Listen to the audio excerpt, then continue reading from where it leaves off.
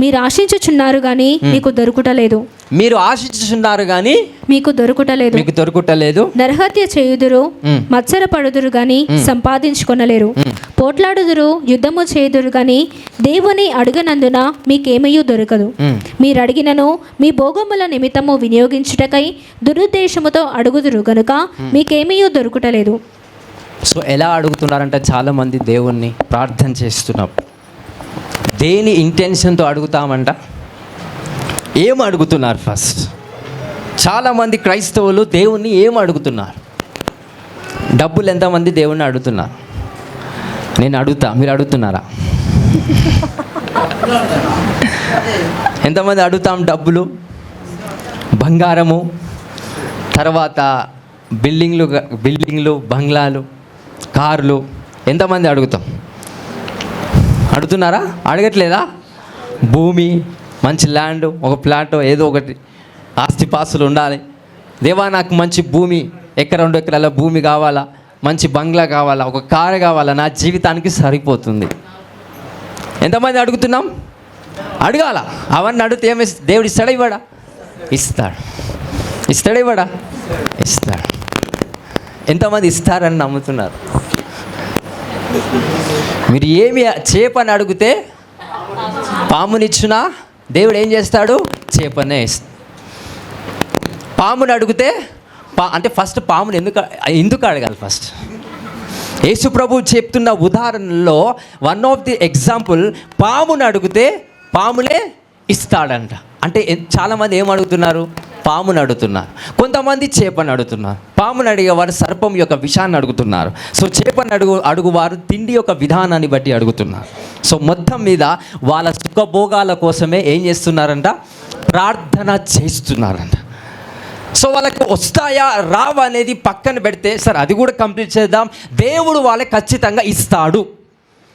ఏదైతే మనం అడుగుతున్నామో, రొట్టెను అడిగినా, చేపను అడిగినా, పామును అడిగినా దేవుడు ఇస్తానే వాగ్దానం చేసిన వాడు యేసుక్రీస్తు నామమున ఏది అడిగినను అది మీకు వస్తుంది. బంగ్లాలు అడిగిన వస్తాయి, భూమి అడిగిన వస్తుంది, మంచి మంచి కార్లు అడిగిన వస్తాయి, అన్నీ వస్తాయి. కానీ దాంట్లో వెలకట్టలేని సమస్యలు మీకు వస్తాయంట. ఏమొస్తాయి? వెలకట్టలేని సమస్యలు, చెప్పసఖ్యము కాని సమస్యలు. ఏమంటామంటే ఆ మంచి బంగ్లా కొన్న తర్వాత, ఒక కారు కొన్న తర్వాత, ఒక భూమి కొన్న తర్వాత, కష్టం వచ్చిన తర్వాత ఎందుకు ఈ కష్టాలు వస్తున్నాయో నాకు అర్థం అవ్వట్లేదు అంటే వాట్ ఇస్ మీనింగ్ ఎగ్జాక్ట్లీ? చెప్పశక్యము కాని కష్టాలు, చెప్పశక్యము కాని రోగాలు మనిషిలో ఉద్భవిస్తాయంట. బికాస్ మనం చేసే ప్రార్థన సుఖభోగము కోసం చేస్తున్నాం కాబట్టి అది మీకు రావు అని చెప్పట్లేదు, కానీ వస్తాయి. బట్ దాంట్లో ఏముంటాయంట? రకరకాల కష్టాలన్నీ కూడా గుప్తములై ఉంటాయంట. So today I want to speak something. అందుకే పాపులారా రండి, మీ చేతులను పరిశుభ్రపరచుకోండి, మీ హృదయాన్ని పరిశుద్ధం చేసుకోండి. హల్లెలూయా, హల్లెలూయా. సో కొంచెం క్లుప్తంగా వివరంగా వెళ్తాం. అదే వర్డ్ చదవండి.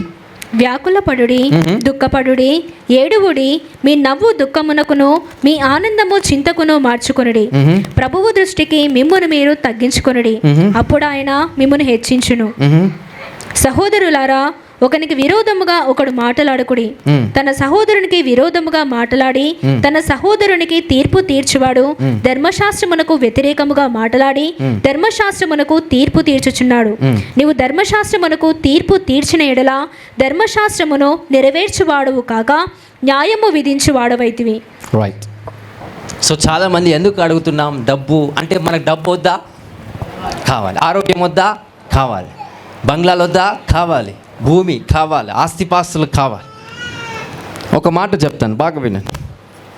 సాతాను యేసు ప్రభు దగ్గరికి వచ్చి సేమ్ డైలాగ్ కొడతాడు. నువ్వు నన్ను మొక్కితే ఈ భూలోకంలో ఉన్న అన్నీ అంటే రాజ్యస్థానము, మహిమ కలిగిన స్థానాలు, బంగ్లాలు, ఆస్తిపాస్తులు, కిరీటాలు, రాజతత్వాలు అన్నీ ఏం చేస్తానే నీకు ఇస్తా. కానీ నువ్వు నన్ను ఏం చేయాలా? మొక్కాల. యేసు ప్రభు ఏమంటాడు అప్పుడు? సాతాను ఏం చేస్తాడు? ఒకవేళ యేసుక్రీస్తు ప్రభుకు అవన్నీ వచ్చాయనుకోండి, దేవుని చిత్తం నెరవేర్చబడదు. ఈరోజు దేవుడు మనల్ని కాపాడుతున్నాడా? శక్తులు మనల్ని కాపాడుతున్నాయా? దేవుడు మనల్ని కాపాడుతున్నాడా? ఆశీర్వాదాలే మనల్ని కాపాడుతున్నాయా? దేవుడు మనల్ని కాపాడుతుందా? డబ్బు మనల్ని కాపాడుతుందా? ఈరోజు కరెక్ట్గా మీరు మీ ఆలోచనలో మెడిటేట్ చేయండి. నిజంగా డబ్బు నన్ను కాపాడుతుందా? డబ్బు నన్ను కాపాడుతుందంటే అర్థం ఏంటి? నాకు ఒక రోగం వచ్చినప్పుడు, ఒక వ్యాధి వచ్చినప్పుడు, ఒక బాధ, వేదన, మనసులో ఏదైనా చింత వచ్చినప్పుడు డబ్బుతో కూడుకొని ఆ డబ్బు ద్వారా నేను ఏమైనా ఆదరణ పొందుకున్నట్లయితే డబ్బు నన్ను కాపాడినట్టు. కానీ నేను ఇవన్నీ కాదు, నా సమస్తం యేసుక్రీస్తు ప్రభే అని నీ కష్టంలో, వేదనలో, సంతోషంలో, ఆనందంలో యేసుక్రీస్తు ప్రభు దగ్గరికి వెళ్ళి ఆయన మీద విశ్వాసము ద్వారా దేవునికి కృతజ్ఞత స్తుతులు కానుక ద్వారా, మందిరం నిర్మాణము ద్వారా, లేకపోతే సేవ ద్వారా, పరిచర్య ద్వారా ఎవరైతే స్తుతులు తెలియపరచబడుతున్నారో వాళ్ళు దేవుని చేత కాపాడబడుతున్నారంట. Understand what I'm speaking. అందుకే యేసుక్రీస్తు ప్రభు ఒక ద్వారా పౌలు సెలవిస్తున్నాడు. ఏంటంటే చాలామంది ఏమని ప్రార్థన చేస్తారు?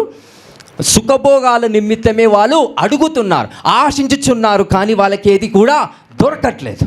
యుద్ధాలు చేస్తున్నాం, మంచి జరుగుతుందేమో, వాడిని ఒక దెబ్బ వేస్తే వాడు మారుతాడు, వాడు మారడు. కానీ ప్రార్థిస్తే మారుతాడు. So faith is the power that make you to do certain type of a war in the spirit. So దయచేసి మనం ఈ విషయంలో అర్థం చేసుకోవాలి. సో చాలామంది, నేను కొంతమంది నోటి విన్నా ఏంటంటే, నాకు చాలా లక్షలు సంపాదించాలని ఉందని. విను, ఎన్ని సంపాదించాలని ఉంది? నీ జీతం ఎంత అన్నా అంటే 15,000 వస్తుందన్న. See the ability which they are doing.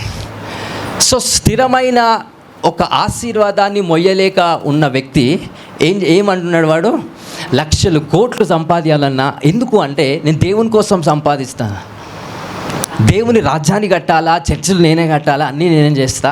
దేవుడు నాకు ఇస్తే ఈయన ఏం చేస్తాడంట?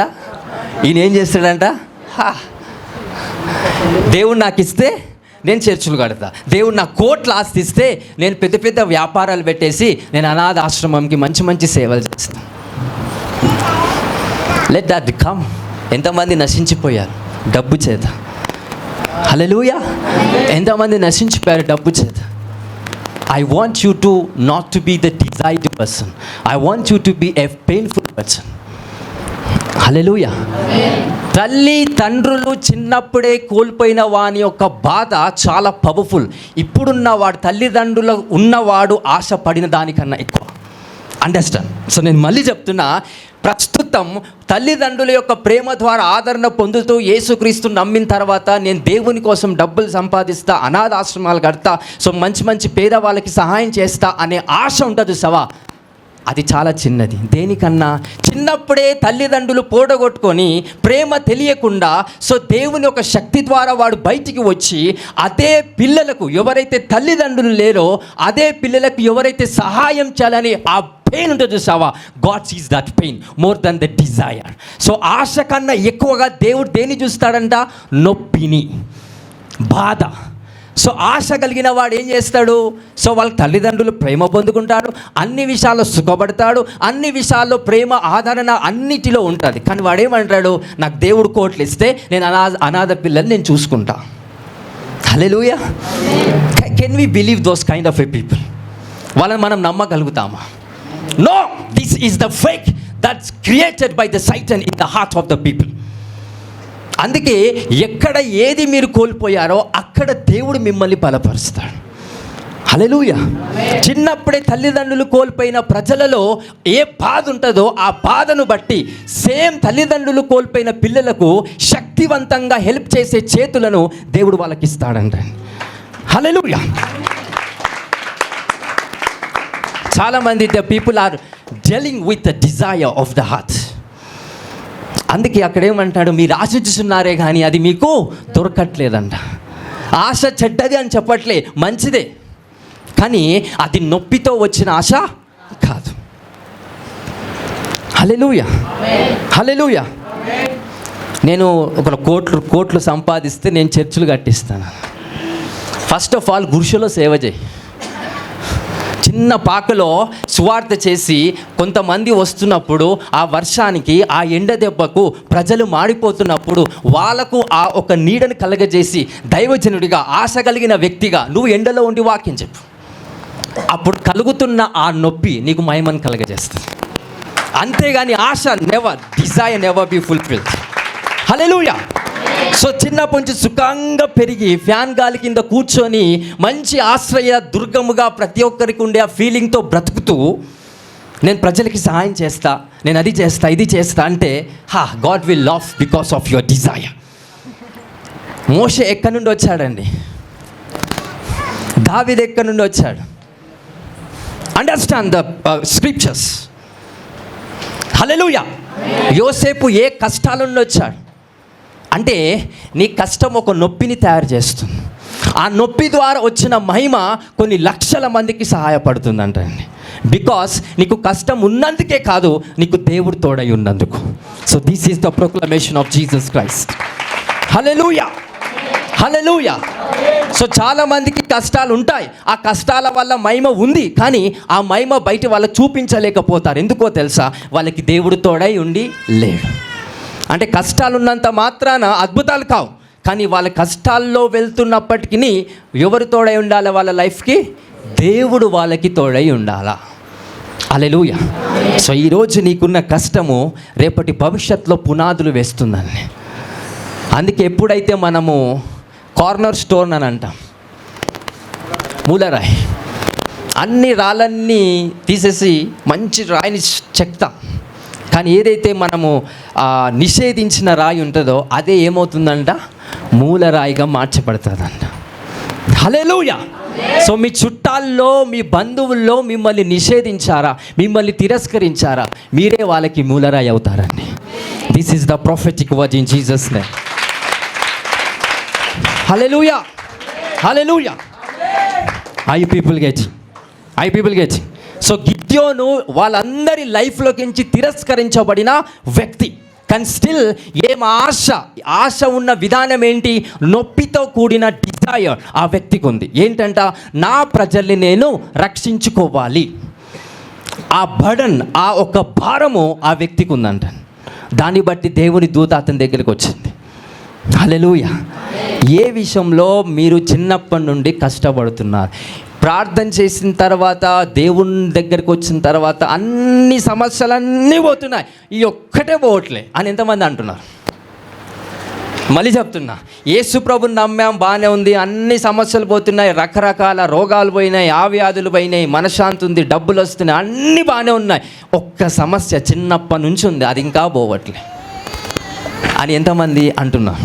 అట్లా ఉన్నారు ఎవరైనా? ఎవరైతే అలా ఉన్నారో those people are the glorious people in the ministry. Hallelujah. So నీ సమస్య దేవుడు కలగజేసిన మహిమ కోసం వెయిట్ చేస్తుందంట. ఎప్పుడు మహిమ వస్తుందా, ఎప్పుడు నేను బయటికి వెళ్ళనా అని.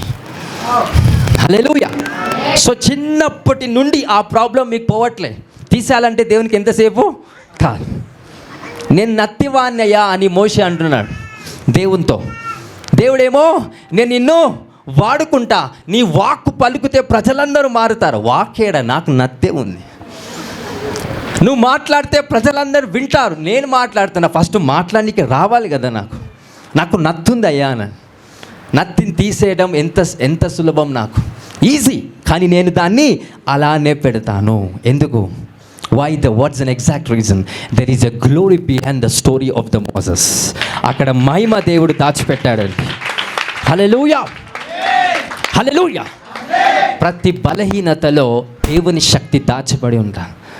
అందుకే లైఫ్ లాంగ్ యేసు ప్రభుని నమ్మిన తర్వాత అన్నీ బాగానే ఉంటాయి, ఒక్కటే ఒక చోట ఖచ్చితంగా ఉంటారు. పౌలుకు ఒక చోట ఉంది. అన్ని రంగాలలో అపోస్తుడైన పౌలు హెచ్చించబడ్డాడు, దైవికంగా పరిపూర్ణమైన జ్ఞానవంతుడు, శక్తి కలిగిన వ్యక్తి. ఎవరు? అపోస్తుడైన పౌలు. బట్ ఒక దానికోసం ప్రార్థిస్తున్నాడు. అయ్యా, నాకు ముళ్ళు ఉంది, అది ఏంటో మనకు కూడా తెలియదు. ఒక కష్టం ఉంది, అది తొలగించండి అని 3 సార్లు ప్రతిరోజు దేవునికి ప్రార్థిస్తూ వస్తున్నాడు. దేవుడు ఏమంటున్నాడు? నేను ఆ ముళ్ళును తీసేస్తున్నా అన్నాడా? అది అలానే పెట్టుకో, దాని ద్వారానే నువ్వు బాగుపడుతున్నావు. అది లేకపోతే నువ్వు చాలా తగ్గిపోయే వ్యక్తిగా ఉంటావండి. హల్లెలూయా, హల్లెలూయా. ఈ ప్రాబ్లం చిన్న వయసులో నుండి ఏ ప్రాబ్లం అయితే మీ లైఫ్లో మీరు చూస్తున్నారో, అది రిజెక్షన్ కావచ్చు, తిరస్కరించడం కావచ్చు, లేకపోతే మానసిక స్థితి ఎంతగా మీరు దైవం కోసం మంచితనం కోసం చేసినా మీకు చెడే జరగటం, చిన్నప్పుడే తల్లిదండ్రులను కోల్పోవటం, చిన్న వయసులోనే దేవుని యొక్క శక్తిని ఆశ్రయించిన వారైనప్పటికీ మీకున్న ప్రాబ్లమ్స్ పోకపోవటం, ఇవన్నీ ఎవరికైతే చిన్నప్పటి నుంచి ఉన్నాయో those people are the perfected in the mighty name of Jesus. దేవుడు వాళ్ళని ఈరోజు పిలవబోతున్నాడండి. హల్లెలూయా, హల్లెలూయా, హల్లెలూయా. God will bless you tightly in the name of Jesus.